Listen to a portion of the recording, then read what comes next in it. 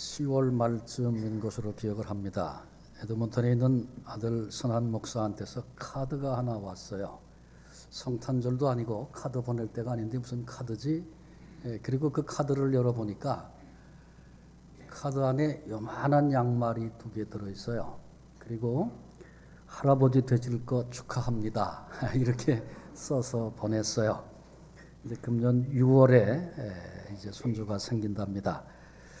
기쁜 소식이죠. 이 같은 기쁜 소식, 즐거운 소식은 누가 물어보지 않아도 입이 근질근질해서 전하지 않고는 못 배깁니다. 그게 당연합니다. 그래서 손주를 아는 할아버지 할머니가 손주 자랑 너무 해서 요새는 돈 내고 해라. 근데 돈 내고도 한답니다. 오늘 전도에 대한 말씀을 좀 드리려고 하는데, 전도 그러면 성도들이 굉장히 부담을 갖고 힘들게 생각하는 분들이 참 많습니다. 그러나 사실 그렇게 어려운 일이 아닙니다. 한마디로 예수님을 자랑하는 일입니다. 예수님 통해서 하나님께 받은 복, 하나님께 받은 은혜, 그래서 누리게 된 그 기쁨을 자랑하는 겁니다. 여러분, 예수 믿고 제일 좋은 거 뭡니까? 어떤 분은 나는 두려움이 참 많았는데 예수님 믿고 이제는 두려워하지 않습니다. 걱정이 사라졌습니다. 그렇게 말하는 분도 있고요. 어떤 집사님은 그전에는 사업 망하면 인생 끝나는 줄 알고 그것 때문에 정신병을 앓을 정도로 그렇게 힘들었는데 예수님을 사실로 믿고 예수님의 사랑을 사실로 깨닫고 예수님의 신실하심을 사실로 알게 되고 나니까, 만약에 주님이 내 사업을 망하는 길로 인도하신다면 그거 하루라도 빨리 망하는 게 수지 맞는 겁니다. 이렇게 이분 생각이 바뀌었고, 부도 감사 헌금 미리 준비해가지고 언제든지 터지면 드디어 하나님 시작됐군요. 그리고 감사 헌금 하겠다는 분도 저는 봤습니다. 어려운 일 만나도 기도할 분이 생겨서, 의지할 분이 생겨서 너무너무 좋습니다. 나는 어렸을 때 사랑받지 못하고 그렇게 커서 그게 늘 상처고 아픔이었는데 예수님 믿고 나서 사랑을 체험하게 됐습니다. 이렇게 말하는 분도 있습니다. 여러분, 이런 게 간증입니다. 그리고 이 간증이 곧 전도입니다.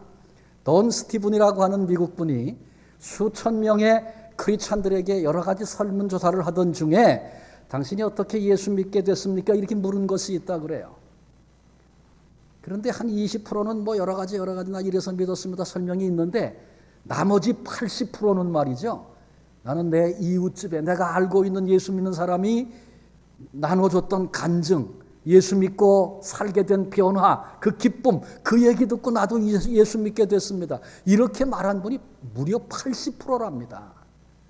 그러니까 전도는 특별한 기술이나 특별한 은사가 있어야만 되는 게 아니고, 내가 만난 예수님, 내가 내 안에 허락해 주신 그 은혜, 내가 경험한 그 사랑을 이웃들에게 자랑하는 겁니다. 그 자랑하면 그 일을 통해서 예수께로 돌아오는 이런 역사가 생기는 거죠. 내가 이미 받은 은혜가 있어요. 근데 받은 은혜를 그걸 당연하다고 생각하면 안 됩니다. 그리고 받은 은혜에 대해서 무관심하고 점점 잊어버리고 그렇게 살면 안 됩니다. 날마다 내가 받은 은혜 감사하고, 그리고 기회가 닿는 대로 그 일을 증거하고 자랑하는 전도의 삶을 우리가 살아야 됩니다. 여러분, 우리는 대부분이 다 예수 믿는 분들이라고 생각합니다.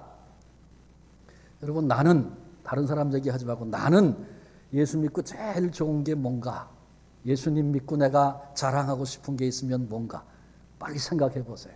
한 2가지만 생각해 보세요. 2가지만.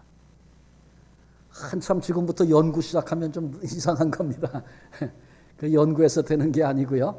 우리 옆에 분에게 예수 믿고 내가 이렇게 좋아요, 난 이게 너무너무 좋아요, 이런 거 있으면 2가지만 얘기해 주시고, 또 서로 얘기하고 또 얘기 듣고 그렇게 하셔야 됩니다. 근데 나는 아직 예수님을 만나지 못해서 예수님 만나고 좋은 거 말씀하기 어려운 분도 있어요. 혹시 그러면 난 교회 다니면서 이런 게 좋아요, 그렇게 얘기해도 좋고요. 그 다음에 그것도 말할 수 없는 분이 혹 계시다면 저는 오늘은 듣기만 하겠습니다. 그렇게 얘기하고 듣기만 하세요. 네. 옆에 분에게 한 2분 드리겠습니다. 서로 예수 믿고 좋은 거 2가지 한번 얘기해 보십시다.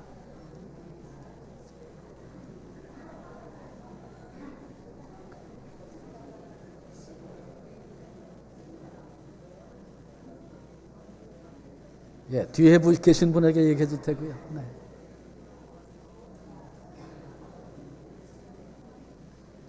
자, 할 얘기가 많은데 못하신 분은 나중에 밥 먹으면서 또 얘기하세요. 제가 보니까 말이죠. 예수님 만나서 좋은 얘기 하는데 다 싱글싱글 웃으면서 하시네. 그 즐거운 거예요. 그래서 웃으면서 할 수 있는 그런 얘기입니다. 남에게 들은 얘기가 아니고요. 내가 경험한 하나님, 나에게 주신 그 은혜, 그 복을 이렇게 기쁨으로 나누는 것이 전도입니다. 그게 증인의 삶입니다. 우리가 오늘 읽었던 이 본문의 말씀은 이고니온에서 되어진 이야기입니다. 우리가 사도행전을 살피다가 지금 몇 주, 성탄절부터 시작해서 몇 주 지금 넘어와서 이제 다시 시작하기 때문에 조금 기억을 좀 더듬어 보시면 좋겠습니다. 우리가 읽었던 14장 바로 그 앞장은 13장은 바울과 바나바가 안디옥 교회로부터 성령의 지시를 따라서 안수를 받고 선교사로 파송되는 이야기가 나오고요. 그래서 이른바 제1차 선교 여행을 이제 바울과 바나바가 시작을 합니다.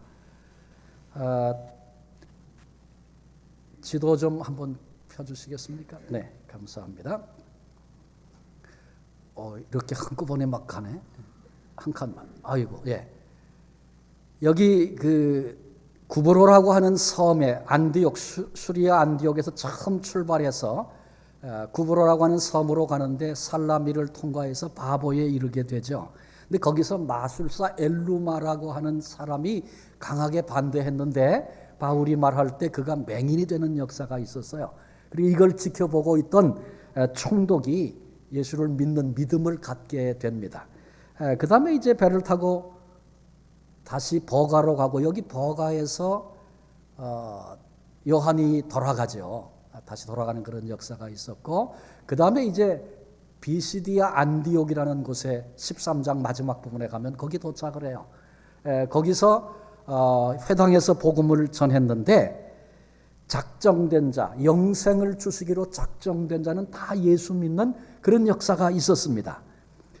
그런데 유대인들이 유력자들을 선동해서 바울과 바나바를 핍박하고 마침내 이 안디옥에서 쫓아내죠. 그때 사도들이 발에 티끌을 떨고 그 다음에 안디옥을 떠나서 바로 오늘 말씀하고 있는 이고니온이라는 이것도 한꺼번에 가는군요. 네, 여기 이고니온 바로 첫 번째 이고니온까지 가게 됩니다. 이 이고니온은 비시디아 안디옥에서 동남쪽으로 한 140km 정도 떨어져 있는 아주 비옥한 평야지대입니다.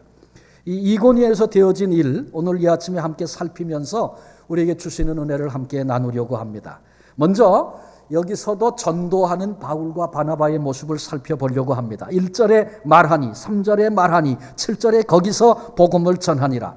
바울과 바나바가 입을 열어 한 그 말은 복음이었습니다. 복음은 헬라어로 유앙겔리온 그런 단어를 쓰는데 좋은 소식, 복된 소식 그런 뜻을 가지고 있습니다.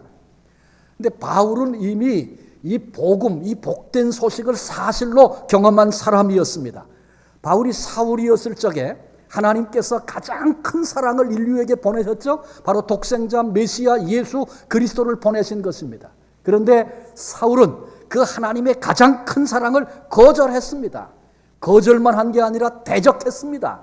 그리고 핍박하고 예수님을 증거하는 증인들을 이제 죽이는 일에도 앞장을 섰던 사람이 바로 사울이었습니다. 그래서 예수님께서 이 사울을 찾아오셔서 나는 내가 핍박하는 예수다 그렇게 말씀하실 정도였습니다. 오죽했으면 주님이 그렇게 말씀하셨겠어요. 그런데 그런 자신을 예수님이 버리지 않으시고 찾아오셔서 구원하셨고 사명을 맡겨주신 것입니다. 그런 자기 자신을 위해서 예수님이 십자가에 죽으셨다는 사실을 그 놀라운 은혜를 사울이 깨닫게 된 것입니다. 그리고 나서 그는 어디를 가든지 이 복음을 전하지 않을 수 없는 그런 삶을 살게 된 것입니다. 너무나 무지해서 복음을 거절하고 예수님을 대적하는 그런 무리를 만난다 할지라도 나 같은 사람도 구원을 받았는데 구원을 받지 못할 자가 어디 있겠는가. 내게 찾아오신 주님이 이 사람을 만나만 주시면 이에게도 변화가 생기리라. 이것이 바울이 가지고 있는 복음에 대한 확신이었습니다. 그래서 말씀드린 것처럼 비시디아 안디옥에서 유대인들이 유력자들을 선동해서 박해하고 그들을 쫓아냈습니다. 얼마나 불쾌한 일입니까? 그런데 복음 때문에 쫓겨나면서 그 마음에 기쁨이 충만했다고 13장 마지막 부분에 그렇게 말씀하고 있어요. 그리고는 이고니온에 왔습니다. 여전히 회당에 찾아가서 복음을 전하고 말합니다. 어떤 어려움을 만나도 방해가 있어도 박해가 있어도 복음 전하는 이 일만은 멈출 수가 없습니다. 이게 바울과 바나바의 고백입니다. 삶입니다. 왜냐하면 생명을 자신에게 주신 주님께로부터 증인으로 부르심을 받았기 때문에 그렇습니다. 그런데 여러분, 이 일은 바울과 바나바에게만 해당되는 이야기가 아닙니다. 저와 여러분, 우리도 우리 주님께서 증인으로 우리를 부르셨다는 그 사실을 결코 망각해서는 안 됩니다. 그러므로 우리도 어떤 자리에 어떤 사람을 만나도 거기서 증인으로 존재해야 하고 그것을 바울처럼 기쁨으로 여길 수 있어야 합니다. 한 여집사님이, 목사님, 제가 전도하려고 마음에 품고 섬기던 분이 있는데 마침 병원에 입원했어요. 목사님 오셔서 기도해 주시면 이번에 전도 확실하게 할 수 있을 것 같습니다. 그러죠. 그래서 병원을 갑니다. 병원에 막 들어가서 이제 병실에 들어가려고 그러는데 근데 목사님, 복음은 전하지 말아주세요. 좀 이상하잖아요. 근데 그래도 다 지금 들어가면서 물어볼 수도 없고, 그래서 사연이 있겠지. 그리고 들어갔어요. 우리 교회 목사님이세요. 그렇게 얘기를 하니까 이 환자분이 어쩔 줄을 몰라 하고 눈시울이 벌써 뻘개졌어요. 하나님의 사랑 얘기하고 기도해 줬어요. 그렇게 고마워하는 거예요. 나오면서 좀 이상해요. 집사님, 예수님의 십자가 전하기만 하면 예수님 영접할 것 같은데 왜 복음은 전하지 말라 그러셨어요? 그랬더니 그 집사님이 배스시 웃으면서, 목사님, 복음은요 제가 전하려고요. 여러분, 목사에게도 뺏길 수 없는 복음 전하는 그 특권, 아는 사람이기 때문에 그런 거죠. 여러분, 우리 속에 그런 열망이 있는가 생각해 봐야 합니다. 우리 교회가 목장을 중심으로 전도 대상자 작정하고 기도들을 하고 또 목장 모임에 초청도 하고 또 가을 되면 멋진 향기의 그분들을 모셔서 복음을 구체적으로 전하는 그런 사역을 하고 있죠. 이제 또 금년에도 사역을 시작할 것입니다만은 이제부터 시작합니다. 그러지 않아도 목장 속에 내 주변에 예수님 복음 모르는 사람들, 그들을 향한 마음들이 있어서 품어지고 기도해주고 지게 되고 그 다음에 어떻게든지 사랑으로 섬기고 싶은 그런 마음, 그런 열망들이 우리 속에 계속적으로 흘러나와야 합니다. 그런 가슴으로 오늘을 살면 그 삶을 성령께서 도와주십니다. 전도할 때 하나님의 능력을 많이 체험하게 됩니다. 본문의 바울과 바나바도 주를 힘입어 담대히 말하니, 그들이 핍박하고 공격했지만 주님이 함께 하셔서 그 마음에 평안이 있고 담대하게 말할 수 있었다, 그런 얘기죠. 주께서 그들의 손으로 표적과 기사를 행하게 하여 주사 자기 은혜의 말씀을 증언하시니, 주님이 바울과 바나바 전도하는 사람들과 함께 하셔서 그 손에 능력을 주셔서 표적도 기적도 행하게 하시고 전해진 그 은혜의 말씀이 어떤 말씀인가, 살아계신 하나님의 말씀임을 확증하는 그런 일들을 주님께서 하셨다. 성령께서 반드시 도와주신다는 거죠, 전도하면. 마가복음 16장 17절 18절에 우리가 잘 아는 말씀이 나옵니다. 믿는 자들에게는 이런 표적이 따르리니 곧 그들이 내 이름으로 귀신을 쫓아내며 새 방언을 말하며 뱀을 집어올리며 무슨 독을 마실지라도 해를 받지 아니하며 병든 자에게 손을 얹은즉 나으리라. 주님이 약속해 주셨어요. 믿는 자, 누구를 믿는 거예요? 뭘 믿는 거예요? 예수 그리스도를 믿는 자, 복음을 믿는 자들에게 이런 일들이 있겠다고 말씀하셨어요. 이 말씀을 들으면서 내가 기도할 때 귀신 쫓겨나고 내가 기도할 때 질병이 떠나가고 무슨 독을 마셔도 해를 받지 않는 그런 삶. 그래서 이 신비한 걸, 은사를 자꾸 사모하고 이정만을 사모하고 은사만 생각하고 그러면 신비주의에 빠지기 쉽습니다. 이 말씀을 왜 주셨는지를 알아야 돼요. 이 약속의 말씀을 하신 데는 그 앞에 15절에 이 말씀이 붙어 있는 겁니다. 또 이르시되 너희는 온 천하에 다니며 만민에게 복음을 전파하라. 온 천하에 다니며 만민에게 복음을 전파할 때, 증인의 삶을 살 때, 그때 이런 표적이 나타나서 열매도 맺게 하시고 역사도 일어나게 하시겠다, 그런 말씀입니다. 그래요, 전도할 때 하나님의 능력을 체험하는 것입니다. 우리 목장이 지속적으로 전도하는 일에 마음을 쏟고 함께 협력해서 전도 사역을 감당하면 목장이 살아계신 하나님을 체험하는 그런 목장이 되는 줄로 믿습니다. 교회도 마찬가지입니다. 우리 교회가 전도하는 일에 관심을 쏟고 전도하기 시작할 때 하나님이 어떤 분이신지, 그 능력이 얼마나 크신 분인지 우리가 들은 얘기가 아니고 우리에게 역사되어지는 하나님의 일들을 체험하게 되는 것입니다. 바울과 바나바가 어떤 환경을 만나도 거기서 복음을 증거하는 증인이 되므로 성령께서 어떻게 도우시는가 경험했던 것처럼 우리 교우들이, 우리 성도들이 한 분 한 분이 가정에서, 목장에서, 교회 안에서 이 사명 감당함으로 하나님의 역사를 체험하며 그 믿음으로 승리하는 우리 모두가 되시기를 바랍니다. 또 한 가지 생각하려는 것은, 그러면 그렇게 복음을 전했는데 그 결과는 무엇인가? 두 가지로 생각해 볼 수 있습니다. 첫째는 허다한 무리들이 믿었다. 유대인들과 헬라인들 허다한 무리가 믿게 됐다. 바꾸어 얘기하면 복음의 능력이 나타났다, 그런 말입니다. 복음을 듣고 예수를 믿는 역사가 생겼다. 이거는요, 기적 중에 기적입니다. 성령께서 역사하지 않으시면 안 되는 일입니다. 그래서 복음을 전했는데 예수 믿기로 결단하고 예수님께로 나아왔어요. 그러면 성령께서 이 일 속에, 이 전도 속에, 이 사역 속에 역사하시고 성령께서 일하셨구나, 우리가 확신할 수 있습니다. 지난 수요일 날 우리 재직 헌신 예배를 드렸는데 우리 성산교회 유윤호 목사님이 오셔서 비밀과 신비의 차이를 설명해 주셨는데 아주 저도 많이 깨닫고 참 유익했습니다.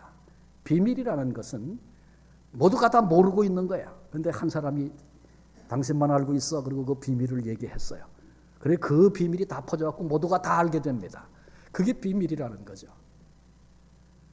비밀은 다 모르는데 오늘 제가 딱 이렇게 얘기하면 우리가 일제히 다 알게 되는 거예요. 더 이상 그 다음엔 비밀이 아닙니다. 근데 신비는 좀 달라요. 모두가 다 모르고 있어요. 근데 누가 얘기를 했어요. 근데 얘기한다고 해서 그게 알아지는 게 아니야. 들어도 모른단 말이죠. 들어도. 그런데 들었는데 그때 눈이 열린 자, 귀가 열린 자가 듣고 보고 이해하고 깨닫게 되는 것, 그게 신비라는 것입니다. 두 가지가 이해가 되십니까? 그런데 복음은 바로 이 신비에 속한 일입니다. 우리 인간이 타락한 이후에 귀로 들어도 눈으로 보아도 깨닫지 못합니다. 그런데 성령께서 도우셔서 눈으로 보고 귀로 듣고 그리고 그 마음을 성령께서 열어주실 때 보고 듣고 깨닫는 역사가 시작이 되는 것입니다. 이고니온에 복음을 선포했는데 허다한 무리들이 예수를 믿는 역사가 있었다. 바울과 바나바가 자신이 경험한 복음을 외쳤을 뿐인데 성령께서 들을 귀를 주시고 하나님의 그 사랑을 보게도 하시고 깨닫게도 하셔서 그 성령의 은혜 까닭에 예수 믿는 허다한 무리들이 생기게 되었다, 그런 얘기입니다. 이 복음을 전할 때, 전도할 때 일어나는 첫 번째 결과입니다.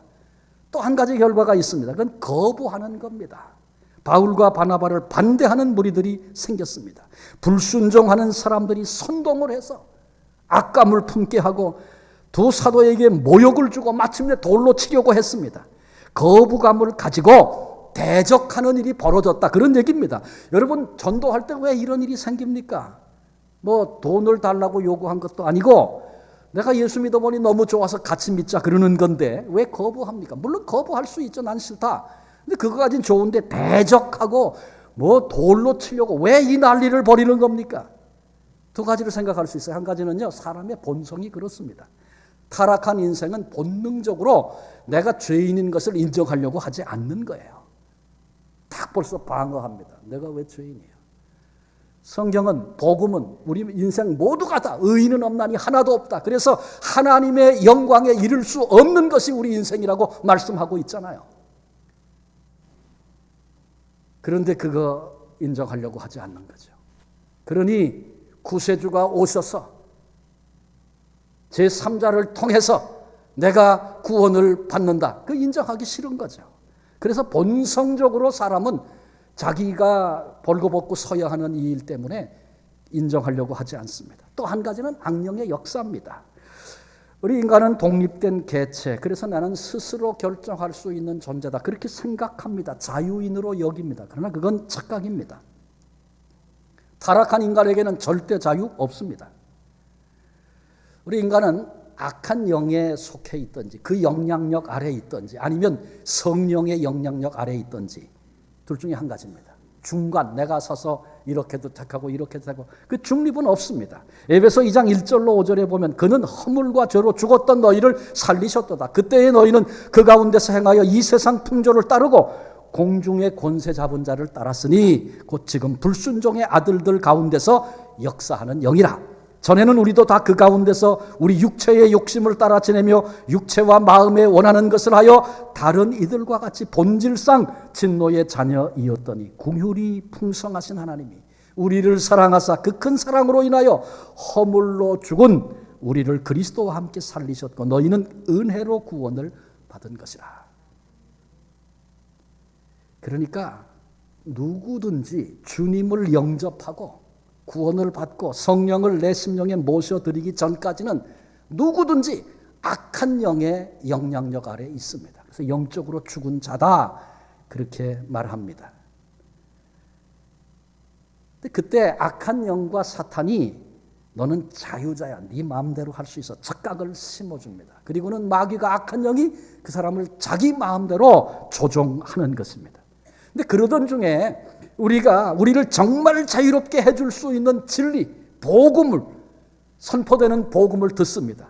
근데 그때 우리가 복음을 듣고 귀를 기울이려고 하면 악한 영이 무슨 수를 써서라도 자기의 영향력 아래서 벗어나지 못하게 방해를 합니다.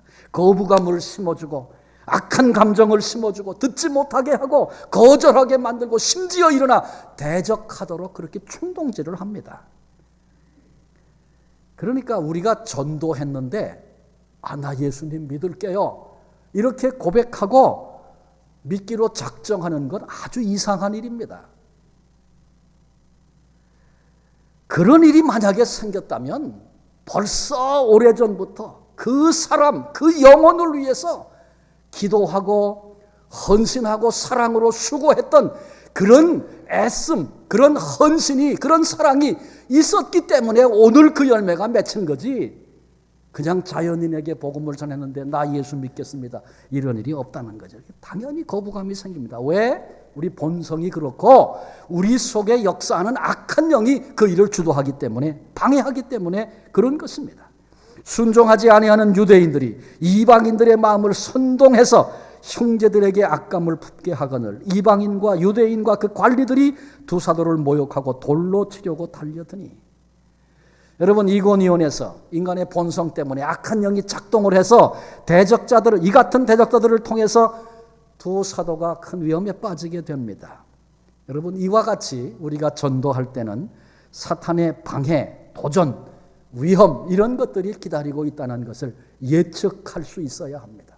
전도하다가 뭐 한마디 타가면 화들짝 놀래가지고 도망가는 그런 삶 살아서는 안 된다는 거죠. 올 게 왔구나. 악한 영이 싫어하고 있구나. 우린 분별할 수 있어야 된다. 그리고 대처할 수 있어야 된다. 그런 얘기입니다. 이런 도전과 위험이 우리를 향하여 덮쳐와도 실망하거나 낙심하거나 포기하지 않아야 합니다. 왜냐하면 크신 하나님께서 그런 가운데에도 역사하셔서 믿는 사람들을 일어나게 하시기 때문에 그렇습니다. 지금은 거부하고 반대해도 언젠가는 반드시 주님께로 돌아올 것이다. 반드시 하나님께서 열매 맺게 하시리라. 말씀드린 것처럼 사도 바울은 나 같은 사람도 복음으로 돌아왔는데 저도 주님이 도와주시고 붙잡아 주실 때 반드시 돌아올 것이다. 이런 확신을 우리로 가져야 합니다. 복음을 받으면 두 가지 상반되는 반응이 나타납니다. 4절에 보니까 그 시내의 무리가 나뉘어 유대인을 따르는 자도 있고 두 사도를 따르는 자도 있는지라. 어떤 사람들은 대적하는 무리들 유대인들을 따라서 함께 돌을 드는 사람도 있었고요. 두 사도를 따르는 사들, 예수님 믿기로 작정하고 복음 안에 서게 된 그런 사람들도 있었다. 그런 얘기입니다. 태양이 비추면 밝은 빛 가운데 드러나는 부분이 있는가 하면 뭔가 물체가 있어서 그 뒤에 숨겨진 부분은 그늘이 생깁니다. 태양이 비출 때 밝은 부분이 있는가 하면 그늘도 있는 것입니다. 이와 마찬가지로 십자가의 복음이 도달하고 복음이 미치고 복음이 선포된 곳에 신앙과 불신앙이 나뉘게 된다는 것, 우린 기억해야 할 것입니다.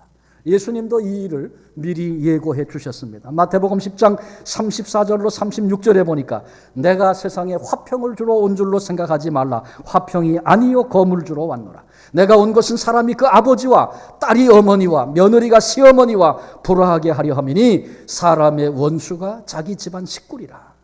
무슨 말입니까? 복음이 전해지면 한 집안에서도 불화가 시작된다는 것입니다.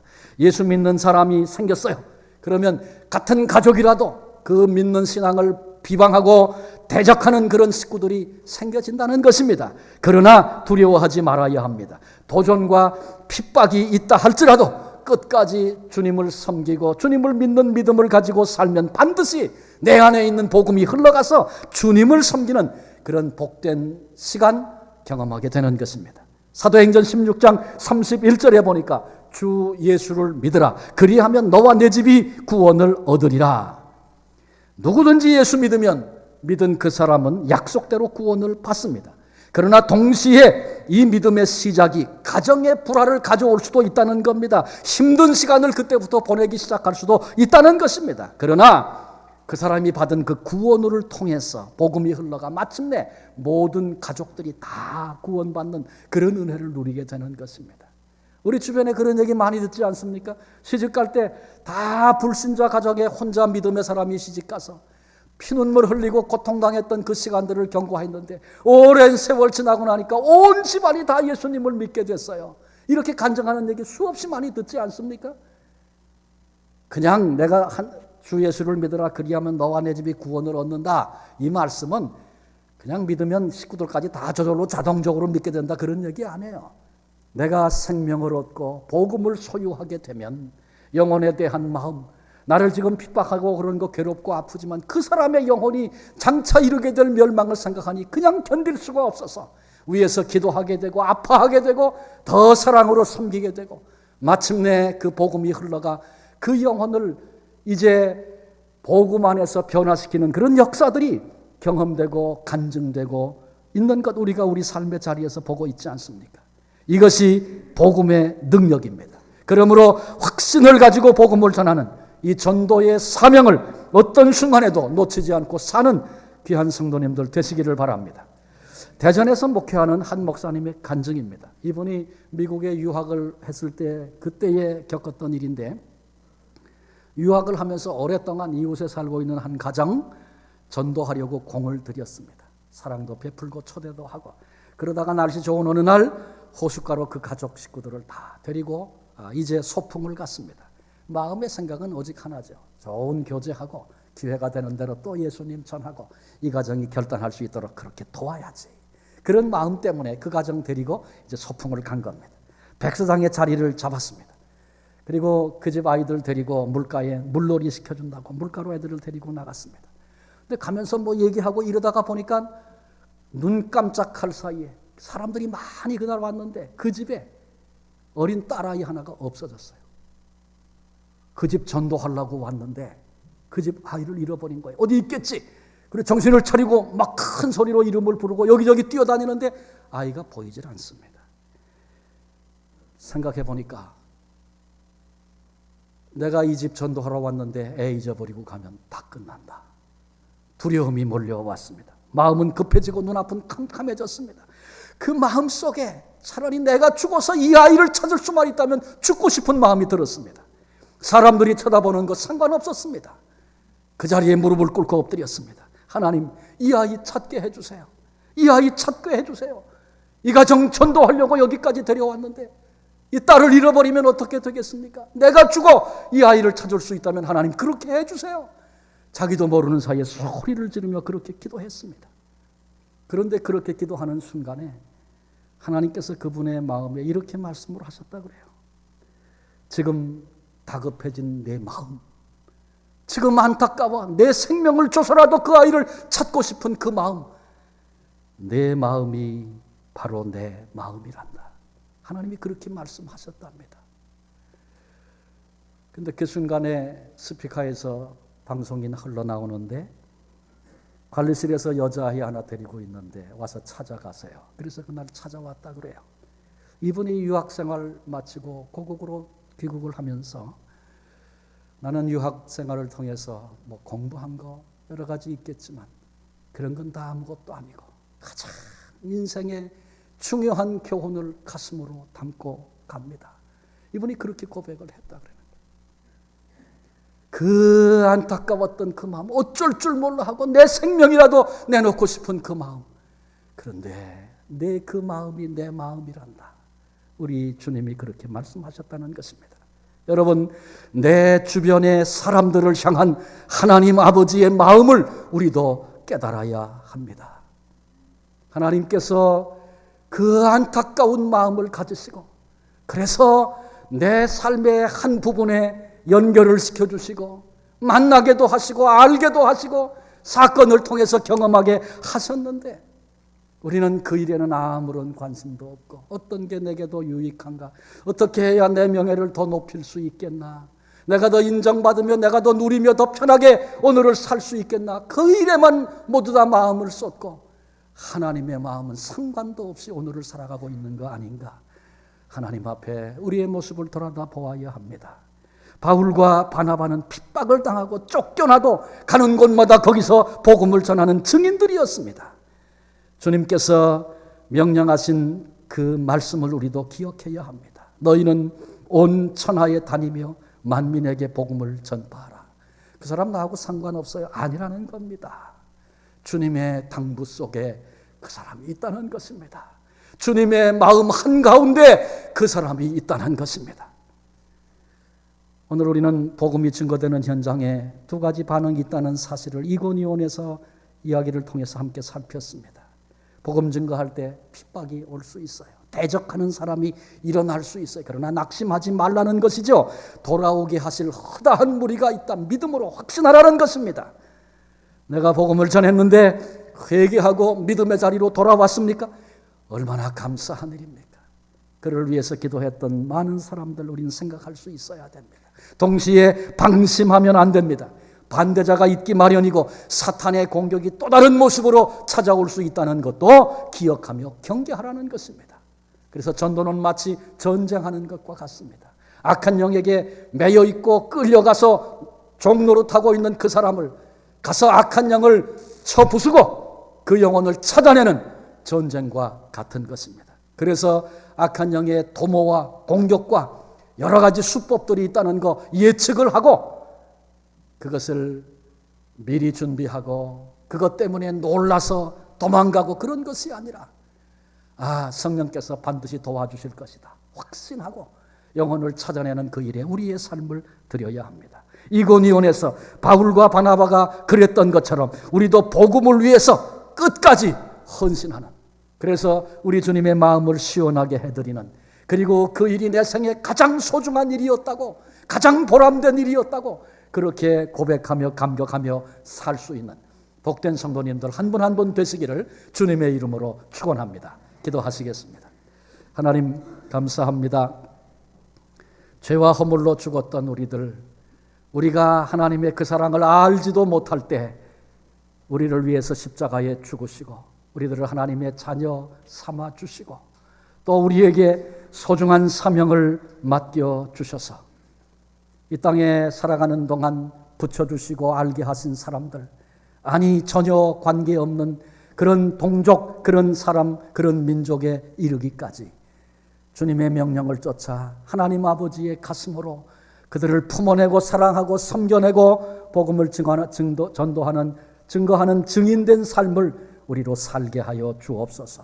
나를 부르신 주님의 그 사랑 앞에 기꺼이 헌신하게 하시고 오늘까지 내 삶의 영역에 하나님이 보내주셨는데 전혀 그런 영적 관심은 갖지 못한 채 인간적인 관계 손해와 이익을 따라 그렇게 살아왔던 삶의 방식이 있다면 주여 깨닫게 해주시고 이제는 누구를 만나든지 어떤 상황에 내가 얽매이든지 어떤 사건을 함께 경험했든지 거기서 영혼을 생각하고 영혼을 찾아내고 주님의 심정으로 이 사명 감당할 수 있는 우리 모두의 삶이 되게 하여 주옵소서. 우리를 이 복된 사명의 자리에 불러주신 예수 그리스도의 이름으로 감사하며 기도하옵나이다. 아멘.